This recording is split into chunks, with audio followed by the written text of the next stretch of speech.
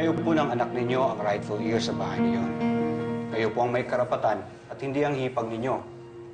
Kahit ipinamana pa sa asawa niyo yung bahay, dahil nalipat na sa pangalan niyo yung property at mag-asawa po kayo, conjugal property po ninyo ang bahay. Sabi ko na nga eh. Maraming salamat, attorney, ha? Mga walang hiya sila. Maaari po kayong magsampa ng reklamong grave coercion at serious physical injuries dahil kinaladkad at tinulak kayo ng hipag niyo palabas ng bahay.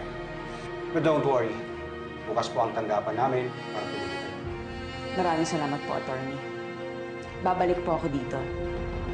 Ipapamukha ko sa mag-asawang yon na bahay namin ng anak ko ng tinitirhan nila. Babawiin ko ang amin at sila ang palalayasin ko.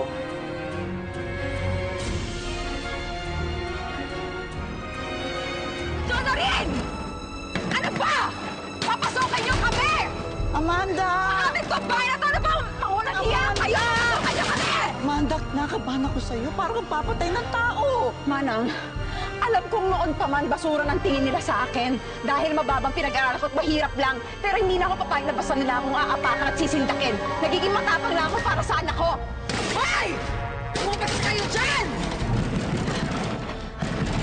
Amin tong bahay na to! Yan!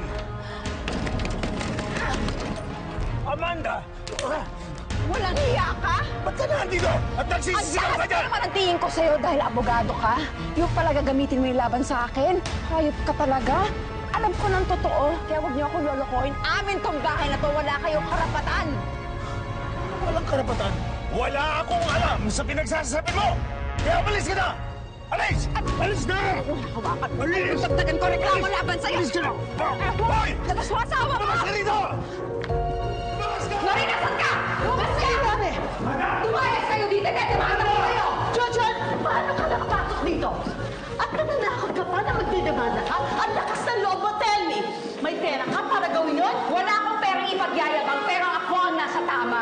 Ako ang ninakawan ng karapatan. Ako ang papanigan ng batas. At kahit saan korte pa tayo magharap, papatunayan ko na kami ng anak ko ang may-ari ng bahay na to. Huwag kang manggugulit dito. Lumayas ka dito. Lumayas Ano ba? Hindi niyo ako mapapaalis. Ang kakapal niyo? Magaganda nga mga bihis niyo, pero squatter kayo dito sa bahay namin at sa buhay namin! Lagiyan! Layas ko kayo! Layas kayo! Layas ko kayo! Samahan! Pero bakit hindi natin isalay para matulong kahit kailangan niyo kasi nila sa pamilya? Buhay ka! Para naman sa Domar! Inuwi ko kayo nakakagulo rito! Punta ko kayo rito! Amanda! Amanda! Hindi na masama ko!